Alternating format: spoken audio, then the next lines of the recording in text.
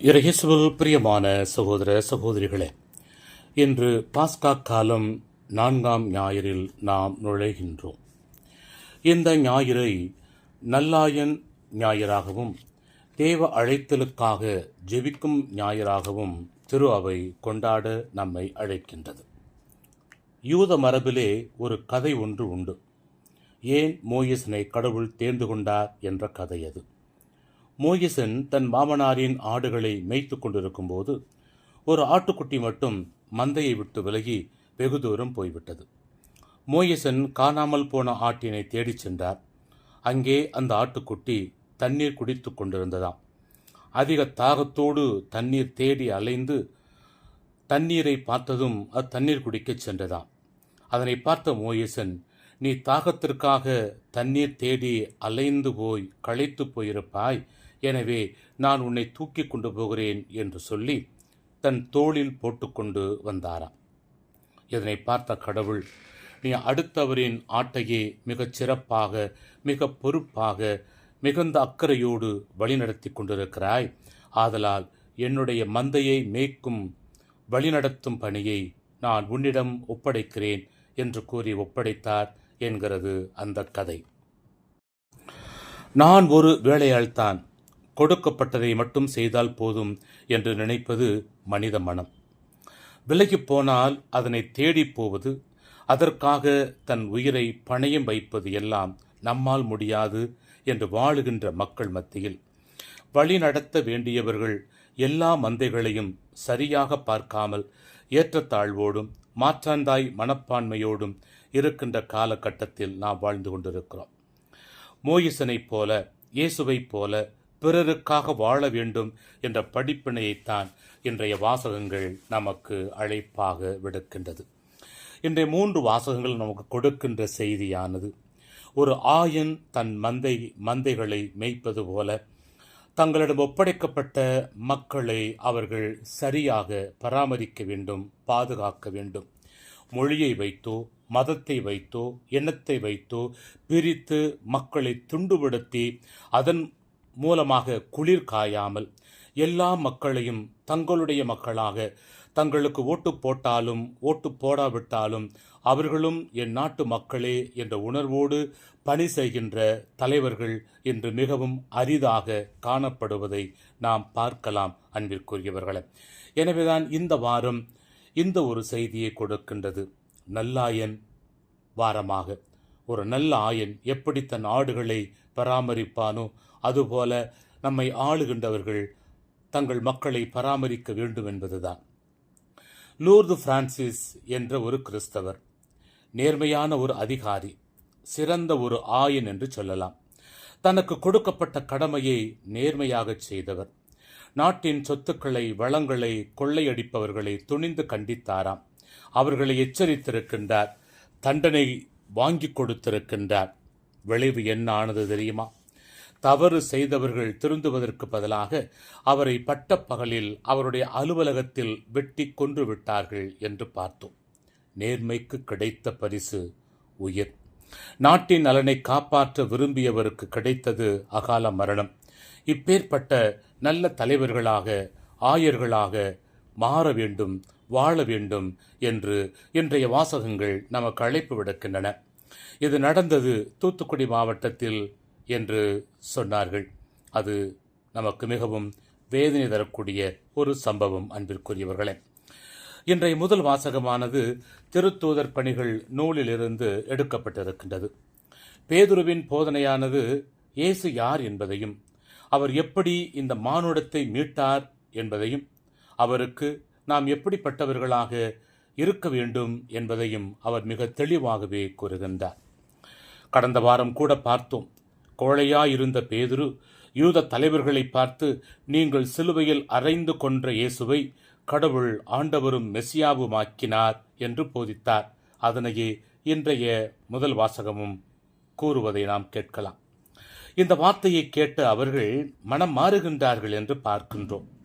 நாங்கள் என்ன செய்ய வேண்டும் என்ற கேள்வியை அவர்கள் எழுப்புகின்றார்கள்.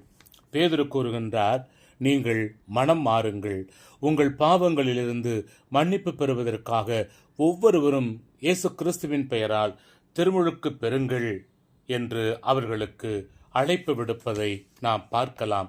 அன்பிற்குரியவர்களே, இந்த 2ஆம் வாசகத்தில் பேதுரு கூறுகின்றார், நீங்கள் வழி தவறி அலையும் ஆடுகளைப் போல இருந்தீர்கள், ஆனால் இப்பொழுது உங்கள் ஆன்மாக்களின் ஆயரும் கண்காணிப்பாளருமாய் இருப்பவரிடம் திரும்பி வந்திருக்கின்றீர்கள் என்று சொல்வதன் மூலமாக நமது பலவீனத்தில் கடவுளை மறந்து வாழ்ந்த நிலையில் நல்லாயனாம் இயேசு நம்மை மீட்க அவர் தன்னுடைய வாழ்க்கையில் வலிகளையும் வேதனைகளையும் ஏற்றுக்கொண்டார்.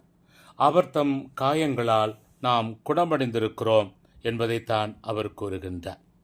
அவர் தம் காயங்களால் நீங்கள் குணமடைந்துள்ளீர்கள்.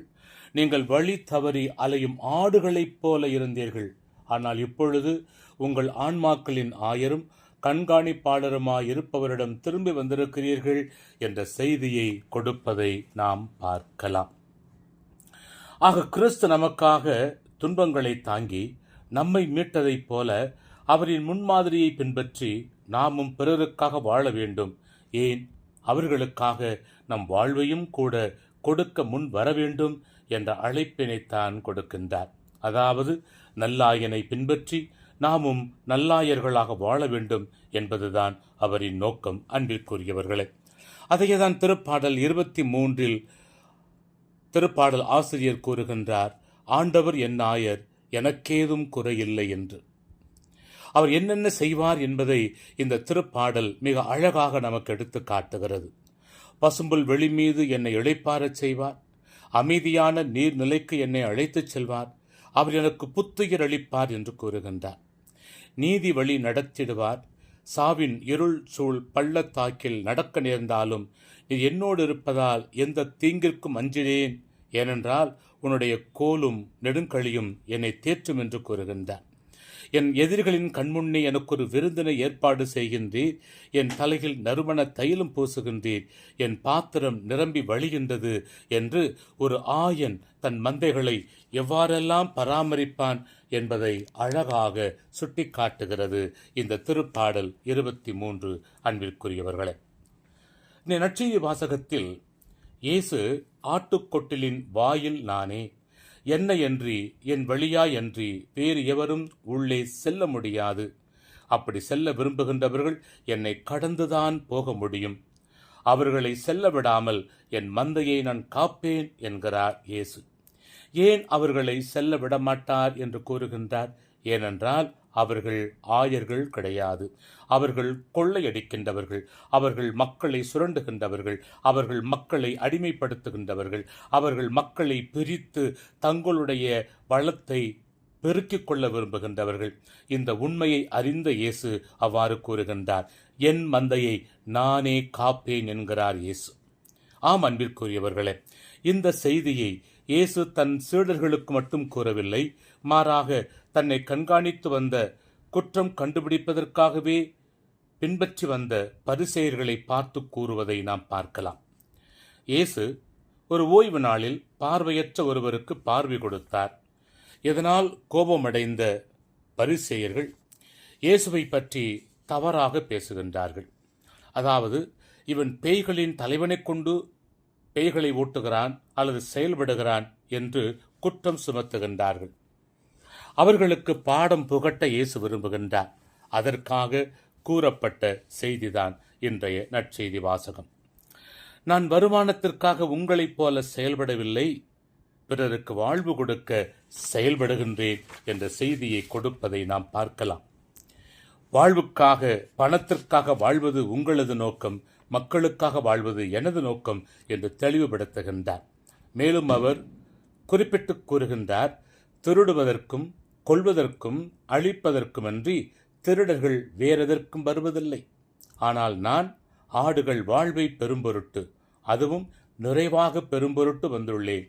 நல்ல ஆயன் நானே, நல்ல ஆயன் ஆடுகளுக்காக தம் உயிரை கொடுப்பான் என்கிறார் இயேசு. இப்ப நல்ல ஆயனின் அடிப்படை தகுதிகளாக இருக்க வேண்டியது என்னவென்ற ஒரு கேள்வி நமக்குள் எழலாம். இந்தந்த பண்புகள் இருந்தால் அவன் நல்ல ஆயன், இந்தந்த பண்புகள் இல்லாமல் இருந்தால் அவன் திருடன், கொள்ளைக்காரன், கெட்டவன் என்று நாம் முடிவுக்கு வந்துவிடலாம். அன்பிற்குரியவர்களே, இப்போ என்னென்ன அடிப்படை தகுதிகளாக ஒரு நல்லாயனுக்கு இருக்க வேண்டியது? முதலாக சுயநலமில்லாத அன்பு, இரண்டாவது நேர்மை, மூன்றாவது அர்ப்பண வாழ்வு, நான்காவது தியாகத்தோடு கூடிய சேவை. அடித்துக்கொண்டே போகலாம். இந்த 4ஐ நாம் இப்பொழுது தியானிக்கலாம். இவைகள்தான் அடிப்படை பண்புகளாக இருக்க வேண்டியது.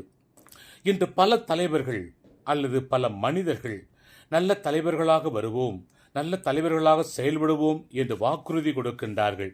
இதோ நாமும் கூட இப்போதுதான் வாக்குகளை செலுத்திவிட்டு காத்து கொண்டிருக்கிறோம். நல்ல தலைவர்களை, மக்களுக்காக செயல்படக்கூடிய தலைவர்களை நீங்கள் தேர்ந்தெடுத்திருப்பீர்கள், ஓட்டு போட்டு இருப்பீர்கள் என்ற நம்பிக்கையில் நான் இந்த சிந்தனையை தொடர்கின்றேன். அதன்படி வாழுகின்ற தலைவர்களாக பெரும்பாலானோர் இருப்பதில்லை. கொடுக்கின்ற வாக்குறுதிகள் கூட நிறைவேற்ற முடியாத ஒரு வாக்குறுதிகளாக, ஒரு பொய் வாக்குறுதிகளாக அது அமைந்திருப்பதை நாம் பார்த்து கொண்டுதான் இருக்கிறோம். குறிப்பாக தென் தமிழகத்தில் இருக்கின்றவர்கள் மிகவும் அறிவு கூர்மை உள்ளவர்கள். ஒரு சிலர் குறைவாக இருக்கலாம், ஆனாலும் அவர்களும் கூட இன்றைய நாட்டு நடப்பை அறிந்திருக்கின்றார்கள் என்பதுதான் உண்மை. இதனால் அவர்கள் நல்ல தலைவனுக்குரிய தகுதியை இழந்து விடுகின்றார்கள். ஆனால் மக்களை பல்வேறு காரணங்களால் தங்கள் கட்டுப்பாட்டிற்குள் வைத்துக்கொண்டு அவர்களை பயன்படுத்தி தலைவனானதும் அவர்களை தூக்கி எறிந்துவிட்டு தங்கள் மனம் போன வழியில் வாழுகின்ற தலைவர்கள்தான் இன்று நம் மத்தியில் அதிகமாக இருக்கின்றார்கள் என்பதை நாம் உணர்ந்து கொண்டிருக்கிறோம், பார்த்து கொண்டுதான் இருக்கின்றோம். தலைவராக வர விரும்புகின்றவர்கள் பணத்தை காட்டி தலைவர்கள் ஆகின்றார்கள், மதத்தை காட்டி தலைவர்கள் ஆகின்றார்கள், அதிகாரத்தை காட்டி தலைவர்கள் ஆகின்றார்கள். இவ்வாறு தலைவர்களாக ஆகின்றவர்கள் உண்மையான தலைவர்களாக இருக்க முடியுமா? நிச்சயமாக இருக்க முடியாது அன்பிற்குரியவர்களே. ஏனென்றால் தலைவன் என்பவன் அனைத்தையும் கடந்தவனாக இருக்க வேண்டும், அனைவருக்கும் தலைவனாக இருக்க வேண்டும். பணத்துக்கு பணம் உள்ளவர்களுக்கு, மதத்தை வெறித்தனமாக பின்பற்றுகின்றவர்களுக்கு, அதிகாரத்தை துஷ்பிரயோகம் பண்ணுகிறவர்களுக்கு மட்டுமே அவர்கள் தலைவர்களாக இருப்பார்கள் என்று சொன்னால், மற்ற மக்கள், பணம் இல்லாதவர்கள், மதத்தில் சாதாரண நிலையில் இருக்கின்றவர்கள், அதிகாரமில்லாத மக்களுடைய வாழ்க்கை ஒரு கேள்விக்குறியாக மாறிவிடும் அன்பிற்குரியவர்களே. எனவேதான் இவைகளை காரணம் காட்டி அவைகளை கொடுத்து எவர் ஒருவர் தலைவராகின்றாரோ அவர்கள் நிச்சயமாக உண்மையான தலைவர்களாக இருக்க முடியாது என்பதுதான் உண்மை. ஒரு சில பேர் வேண்டுமென்றால் நல்லவர்களாக மக்களுக்கு பணிபுரிய வேண்டும் என்பதற்காக ஒருவேளை தங்கள் வழி தவறானதாக இருந்தாலும் கூட அந்த தவறான வழியை திருத்திக் கொண்டு நேரிய வழியில் வாழ்ந்து நல்ல தலைவர்களாக வாழ்வதற்கு வாய்ப்புகள் இருக்கலாம், தலைவர்களும் வரலாம் அன்பிற்குரியவர்களே. அப்படி அவர்கள் நல்ல தலைவர்களாக மாற வேண்டும் என்றால் மேலே சொன்ன இந்த முக்கியமான பண்புகள் அவர்களிடம் இருக்க வேண்டும் என்பதுதான் உண்மை. அந்த பண்புகள் இருந்தால் மாத்திரமே ஒரு நல்ல தலைவர்களாக அவர்களால் மாற முடியும். அப்படிப்பட்ட வாழ்க்கையை வாழ்ந்து காட்டியவர் இயேசு என்றால் மிகையாகாது. எனவேதான் தைரியமாக நான் யார் என்பதையும், தன் பணி எப்படிப்பட்டது என்பதையும், யாருக்காக வந்தேன் என்றும் தெளிவாக அவர் கூறுகின்றார். இயேசு நல்ல ஆயனின் கடமைகள் என்ன என்பதை இறைவாக்கினர்கள் இவ்வாறு கூறுவதை நாம் பார்க்கலாம். முதலாவது, நல்ல ஆயன் தன் ஆடுகளை பசும்புல் மேய்ச்சலுக்கு அழைத்துச் செல்வான். அப்படிப்பட்ட இடத்தை அவன் தேடி கண்டுபிடித்து வைப்பான். நீர்நிலைகளை தேடி வைப்பான். பாதுகாப்பான இடமா என்று அறிந்து வைத்து மந்தைகளை காக்க தன்னையே தயாரிப்பான் என்று கூறுகின்றார். ஆக இது நல்ல ஆயனுக்குரிய பண்புகள். இரண்டாவது பண்பாக அந்த மந்தைகளை சிதற விடாமல் ஒன்று கூட்டி அழைத்துச் செல்வான். வழி தவறி போகாத அளவுக்கு மந்தைகள் மீது அக்கறை காட்டுவான். நம்முடைய தலைவர்கள் எத்தனை பேர் மக்களை சிதறடித்து ஒன்று சேர விடாமல் தவறான வழியில் நடத்தி கொண்டிருக்கிறார்கள் என்பதையும் நாம் அறிவோம். ஆக உண்மையான தலைவர்கள் எந்த கட்சியிலும் இருக்கலாம், எந்த மாநிலத்திலும் இருக்கலாம். எந்த ஒரு தலைவன் எல்லா மக்களையும் சிதற விடாமல் ஒன்று கூட்டி அழைத்துச் செல்கின்றானோ அவன்தான் உண்மையான தலைவன். மூன்றாவது, ஒருவேளை ஆடுகள் தவறிப் போகின்ற போது பல துன்பங்களை எதிர்கொண்டு தேடிச் சென்று மீட்டு கொண்டு வருவான் உண்மையான ஆயன், உண்மையான தலைவன். ஒருவேளை அடிபட்டு காயத்தோடு அந்த மந்தை இருந்தால், அந்த ஆடு இருந்தால், அதன் மீது கோபப்படாமல், அதன் மீது கோபத்தை காட்டாமல், அடிக்காமல், அதற்கு கட்டுப்போட்டு காயத்தை குணப்படுத்துபவன்தான் உண்மையான ஒரு தலைவன். அப்படிப்பட்ட தலைவனாகத்தான் வர வேண்டும் என்று இறைவன் விரும்புகின்றார். 4வது பண்பாக, ஆடுகளுக்காக தன் உயிரையும் கொடுக்க வேண்டி வந்தால் அதனையும் கொடுக்க முன்வருவான் நல்ல ஆயன். இப்பேற்பட்ட தகுதிகள், பண்புகள் எவரிடம் இருக்கின்றதோ அவனே நல்ல தலைவன். இவைகள் இல்லாமல் எவன் ஒருவன் தலைவனாக இருக்கின்றானோ அவன் திருடன், அவன் கொள்ளையடிக்கின்றவன், அவன் ஒரு திருட்டு பேர்வழி. எவ்வளவுக்கு சுருட்ட முடியுமோ அவ்வளவுக்கு சுருட்ட பார்ப்பான். தன் சொந்தங்களையும் நண்பர்களையும் தூக்கி எறிந்துவிட்டு ஏழை மந்தையின் வயிற்றில் அடிக்கும் தலைவனாக அவன் இருப்பான் என்ற செய்தியைத்தான் இன்றைய வாசகத்தில் நாம் பார்க்கிறோம்.